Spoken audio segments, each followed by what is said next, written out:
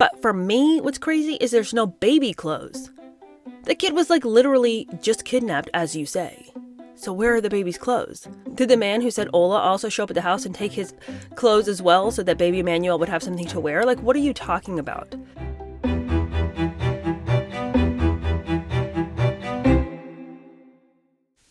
Hello, how are you? Welcome to my channel. My name is Tia Denise. Today I would like to talk to you about Jake and Rebecca Harrow and the story that they came out and told about their missing son, Emmanuel. Now, you'll recall that earlier this month, we saw Rebecca come out with this very tearful video about the sudden, violent kidnapping of her young 7-month-old son. And she had to run down here to Big Five to buy some equipment for her stepson, specifically a mouth guard. When she got here to the parking lot, she says that's when she noticed her 7-month-old's diaper needed to be changed. So she says she got out of her truck, went around to the back, and laid him down on the seat to change his diaper when she was attacked from behind. I got him out of the car seat, and I laid him down and so I could get his diapers ready. And somebody said, "Hola," and that's all I remember. And I saw white. And a hearing sound, I fell on the floor. And I said, as I got up, I couldn't find my son. I checked around my truck. And I ran into Big Five. And I asked the lady if she saw a baby or someone with a baby. She said no. What you talking about, Rebecca? What the hell are you talking about? Now, I'm sure all of you have seen this, but we need to discuss it. Because there's nothing that makes me more angry when somebody is trying to manipulate me and does such a poor job at it. She pulls her shoulders up. You see one tear come out of that woman's eyes? You know? She refers to the child in the past tense. I mean, all of the markers are there. This woman is lying to you. And the story was whack anyway. She goes to the Big Five and then, oh, baby needs a diaper change. So she decides to change the baby's diaper. Okay. And I've heard people be like, why was she changing the baby's diaper in the truck? That's not weird to me. Whatever. I mean, how many parents have changed their child's diaper in their car? Because I don't want to take my baby inside of that nasty bathroom. I'll change the baby's diaper in the car, right? So that's not weird to me. But what is weird is that the person who's going to perpetrate a violent attack on you decides to say, hola. Hola. I mean, what? Like, I'm sorry, excuse me. Who is going to greet you and then smack you so hard that you pass out onto the pavement of the Big Five? Okay. And she said, when, I woke up and I just didn't know what was going on. And so I, called for help, blah, blah, blah. But the story was suspicious immediately. And the police did not put out an Amber Alert or send out anything typical of a kidnapping case. Now, an Amber Alert goes out when you have a specific piece of information. Like, you can't just say, oh, this kid's missing. There's millions of kids, so you have to have some kind of vehicle description, some kind of description of the person who did it. And Rebecca could provide nothing, She didn't see anything. She just heard, hola. And that could be anyone. So she was no help. And they took her and her husband in for questioning, and immediately there were inconsistencies. Now, what's frustrating is all you ever hear is there was inconsistencies. The police knew immediately that something was off. Okay, I don't know what the inconsistencies were, but all I needed to see was this couple of parents standing there with this look on their face and no tears coming out of their eyes. Last night from Big Five, somebody struck my wife while she was trying to change his diaper. And we just ask if anybody knows anything to please contact the Kaipa Police Department.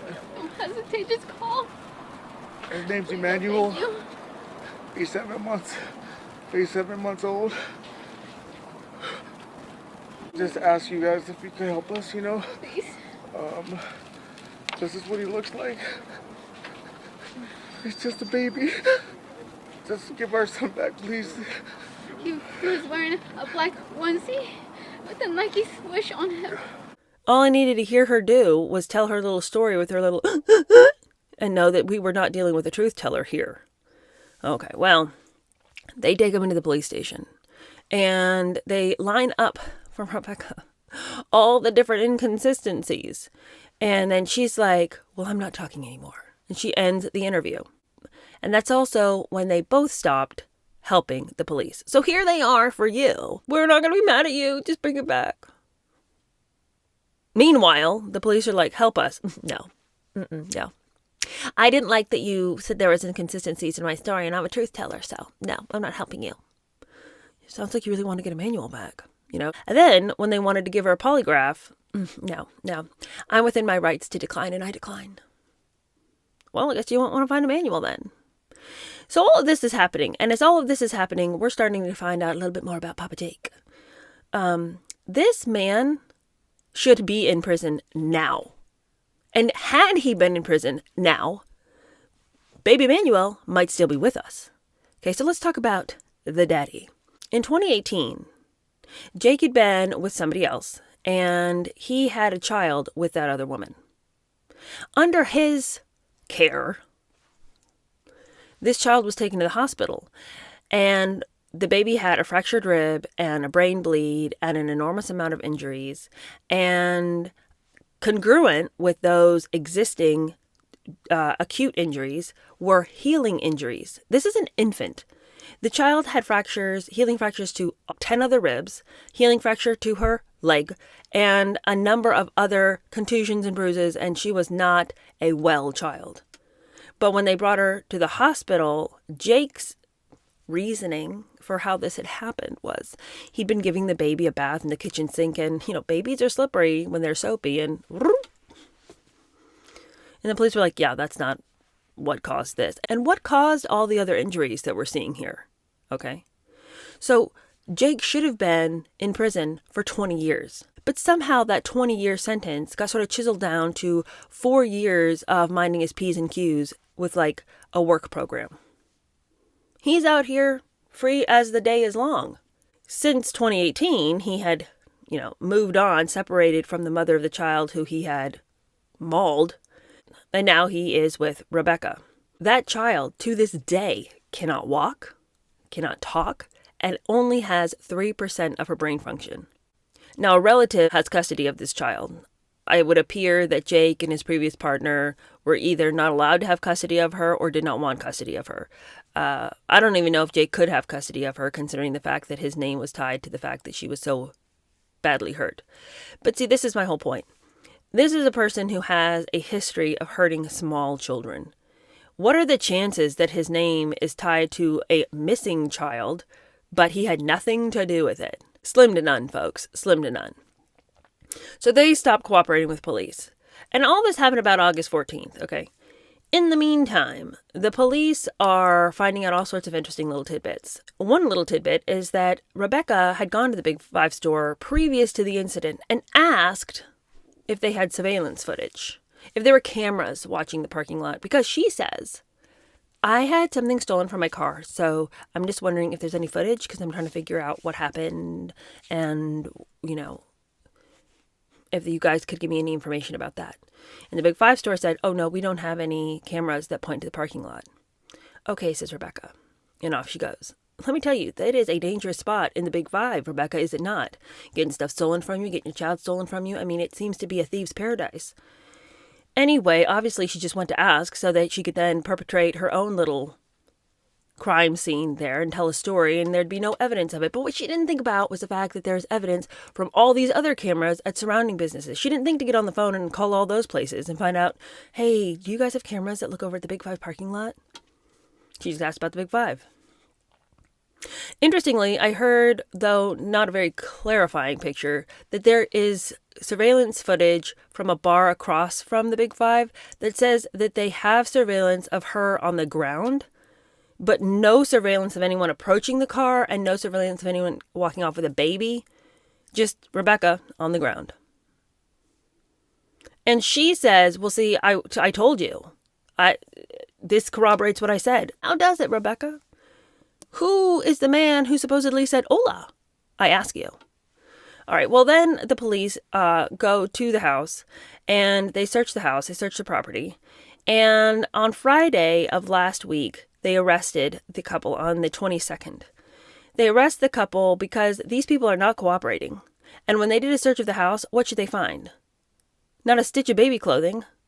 And they also said all the pictures had been removed from the house of Emmanuel. Now, the whole picture thing to me is no bit of evidence because we don't know how many pictures they had of the baby in the first place. He was 10 months old. Maybe, 10 months is, obviously a long enough time to have some pictures, but, not everyone has a bunch of framed pictures of their 10-month-old around the house. Not everyone has that. So to me, people keep citing that as they took down all the pictures of baby Emmanuel. Well, how do we know there were pictures of baby Emmanuel? No one's telling me what they had to compare. But for me, what's crazy is there's no baby clothes. The kid was literally just kidnapped, as you say. So where are the baby's clothes? It's the same thing as when they referred to him in the past tense as she tearfully gives her little tale of woe about what happened in the Big Five. The man who said Ola also show up at the house and take his clothes as well so that baby Emmanuel would have something to wear. What are you talking about? Why would you not have baby clothes at your house? Wouldn't you just be we can't wait for baby Emmanuel to come back home. Every little thing of his would be sacred to you. No, we got to get rid of the evidence because we killed him. We can't stand to look at him. Can't stand to look at the clothes. And if we did have any pictures, they're gone. Right? But to compound the issue, they also found this big spot on the floor with a substantial amount of blood. And when the police went in and arrested them and were searching the house, they were taking floorboards out of the house. You would assume for forensics. Another incriminating bit of evidence is that CPS, working in conjunction with the police, came before the arrest to take into custody their little 2-year-old daughter who they have had together. And that child is now in the care of Child Protective Services. And then after that, Rebecca and Jake were arrested. And they are obviously being held separately, of course. The scheme now is to get her talking about him. He has the criminal record. So obviously she would want to clear her name. And I think she'd be a pretty easy person to crack because look at the bruising on her face. When she came out and said, I was attacked by a man who came up behind me, said, Ola, smacked me to the ground and took my baby, we were all sort of left to assume she wanted us to believe the black eye on her face was part of the injury sustained during this sudden and surprising attack. If she's coming out and saying, I was attacked, and then her black eye's already settling way down here. If you've ever had a black eye, it starts up here and it's starts to sink. And well, she never said this black eye I sustained during the attack. That was sort of what you were supposed to assume. It felt like. Otherwise, it seems like she would have covered that up if she didn't want to appear bruised and beat up after this incident. The oldness of the injury seemed weird to me. Obviously not an injury that is clearly explained. Even if she had been attacked, being hit from behind, it's not clear how she got the black eye. It's possible you could get a black eye that way, but it's not clear how it happened in this situation. Regardless, we know the incident didn't happen, so we know she sustained that black eye during some kind of other incident. We can only assume that if we're dealing with somebody who would injure an infant so badly that she can now no longer walk, talk, and only has 3% of her brain function, we're dealing with somebody who is a bully on a monstrous level, and who, if he's going to raise his hand to a child, would raise his hand to his wife. So you can imagine it's been an incredibly abusive relationship, and that she came out with the story that she did because she's afraid of Jake. Seems like you would flee to police protection if you were with somebody who was so violent as to kill your son, and that you wouldn't then go do his bidding and stand in front of the police and hike your shoulders up and hyperventilate through your story. It seems like at this point, flee for safety. So it's hard to know, is she trying to cover up her own wrongdoing? Was she involved? Or was she just in an incredibly abusive relationship and was terrified of him? But there is circumstantial evidence to show that while she didn't perpetrate the actual attack that hurt the child, she seems complicit. In fact, we know she's complicit in all of the things that happened afterwards. Obviously, she was complicit in coming to the police and saying, please come help me find my baby. I was attacked from behind in the Big Five. But also, there's other evidence to show that in the days after his disappearance, she and her husband were at a home goods store and they were trying to buy an electric handheld saw, and they weren't able to purchase the one that they wanted. Now, possibly they were just trying to do a little home maintenance, maybe they had a little project to do, a little DIY project. But I don't know. I feel like if my son had been kidnapped, my biggest priority wouldn't be anything at the house. I wouldn't be trying to do any kind of maintenance or anything that required the use of a saw. So they wanted to buy this handsaw. This particular store didn't have it. And so that was that. But to me, my mind immediately goes to dark places. Were they trying to dispose of the body? And so it all just feels like, well, I deeply sympathize with her if she was in an abusive relationship with this guy. At what point do you need to be given permission to run from this person? Personally, if I found out that a guy had any criminal record because he had injured his daughter so badly, I would have really slowed my roll as far as getting with him. But even more shocking, they went on to have 2 kids together. I'm like, how in the world are you having kids with this person who was almost in prison for 20 years for injuring an infant? But she goes on to have not 1 but 2 kids with this guy. Then he injures the kid and she's over here running interference for him. So maybe she didn't lay hands on that kid. But the lady had no intention of giving the truth up to the police. So, obviously, she's in conspiracy with this guy. She maybe, of course, didn't commit the crime, but she certainly doesn't want him to pay for the crime. Well, the 2 have been arrested, as I said. But what was really interesting, what I saw in the early hours of this morning, is there is new footage of Jake being taken out to this very desert-like area off the side of the interstate. Captured on cameras on the ground and in the air, murder suspect Jake Harrow is seen this Sunday in a remote part of Riverside County, dressed in a brightly colored jail jumpsuit, assisting in a search for the remains of his missing baby. The case spans 2 counties, and San Bernardino County Sheriff's officials confirm their detectives conducted the search in Moreno Valley along the westbound shoulder of the 60 freeway near Gilman Springs Road. Cadaver dogs were part of the effort to bring another level of resolution to the mystery of what happened to the baby, yet the search ended with no results. From all we know, you don't just take the prisoner out to some random place and be like, do you think the body's here? Could it be here? Obviously, he said something. But you guys, it is burning hot in this desert area. It's like 115 degrees. Whatever body was out there is going to decompose rapidly. And this is the body of a 7-month-old baby, So what are they expecting to find? What remains could be found? I have no clue how they're going to find a baby on a swath of land this big. But obviously Jake has confessed to something. He said something. The police aren't just taking him out for a little stroll. Let's get you a little of that desert air to clear your lungs. Something here has happened. So it remains to be seen. It was so clear from the beginning this was a fraudulent couple. To compound matters, when the police went into their house and took all of their devices, they gave them willingly, but police had already discovered that from all the cameras that they have around their home, this couple had gotten and deleted footage from the cloud that contains all of the recorded information and all the recorded surveillance of their home. And any evidence from the days when young Emmanuel was supposedly missing, it's all gone. All this footage is gone. That's so suspicious. Why would they do that?